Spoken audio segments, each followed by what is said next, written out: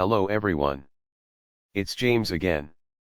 And before I start today's video, I just want to quickly say, all work in this video contains 100% original content of and by myself James Smith, otherwise known as Bgood 4000, and was uniquely created with NAWMAL software, by myself James Smith. As I purchased commercial rights from NAWMAL to produce my unique and original video with this software. Commentary is uniquely my own thoughts, feelings, and expressions. Now that I have that out of the way, I do hope your day is going fantastic and your journey to self-betterment is going better than fantastic as well. Today I want to talk about a topic that I mentioned in my last video. And I want to say there were some great comments. Basically a great many of you are noticing the same trends. That sadly in our society. The narcissism of lying to someone and telling them that you will be with them for better or for worse. Sickness and in health. And richer or poor is not only seen as somehow normal. It's oftentimes praised. And it's the same people that are ready to use someone or that only want someone that is beyond what is normal and reasonable will be the first ones to say they can't find someone to be with.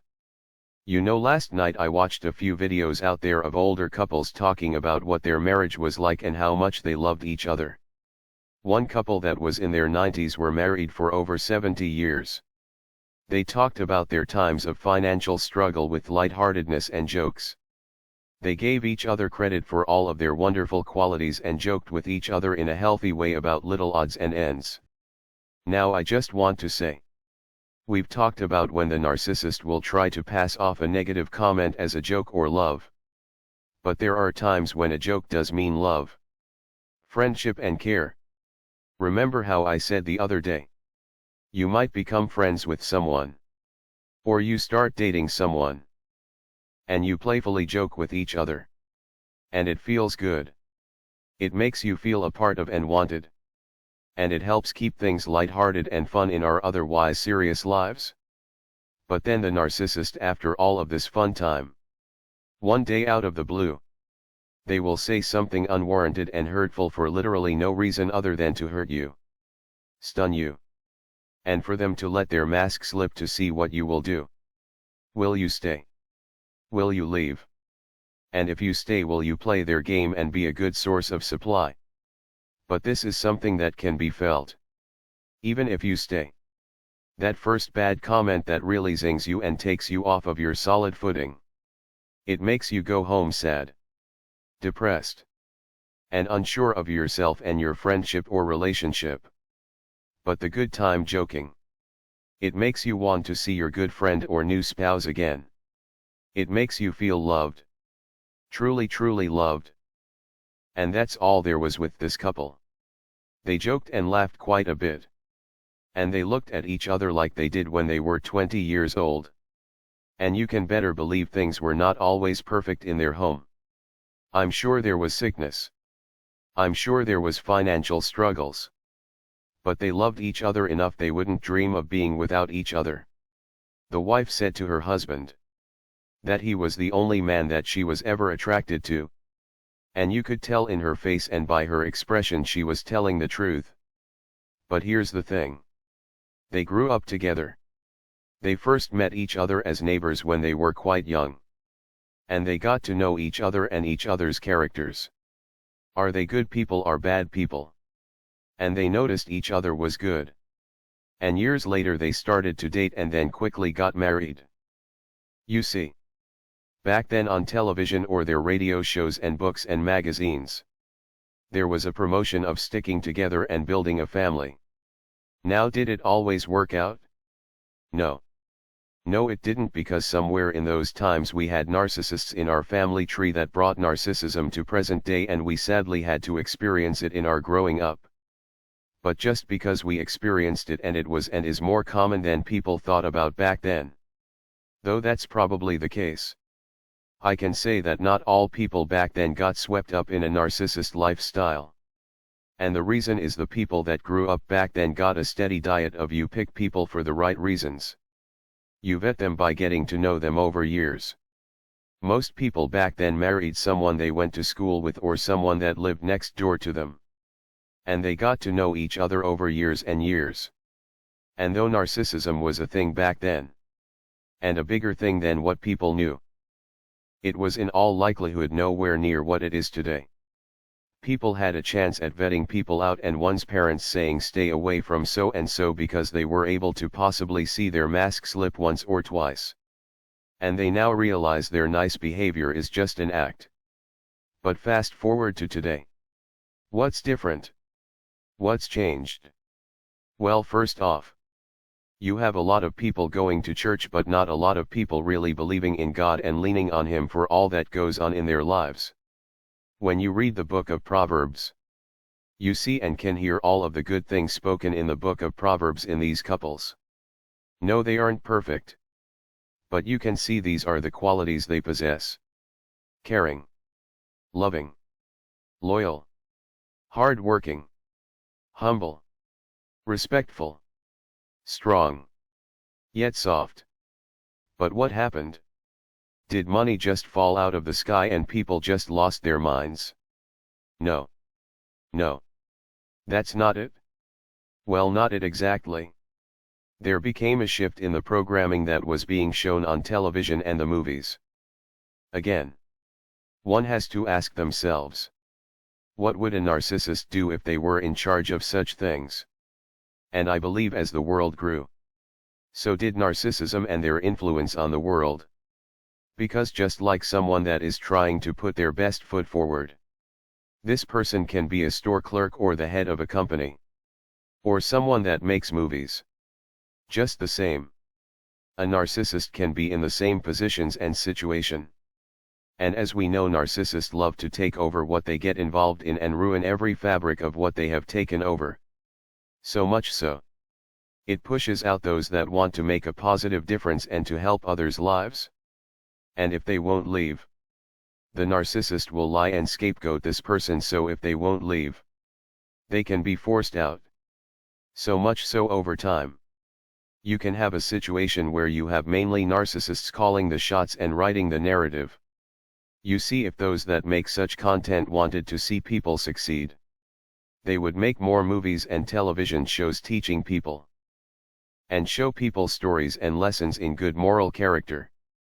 How to stick with your spouse when the chips are down and why that's important.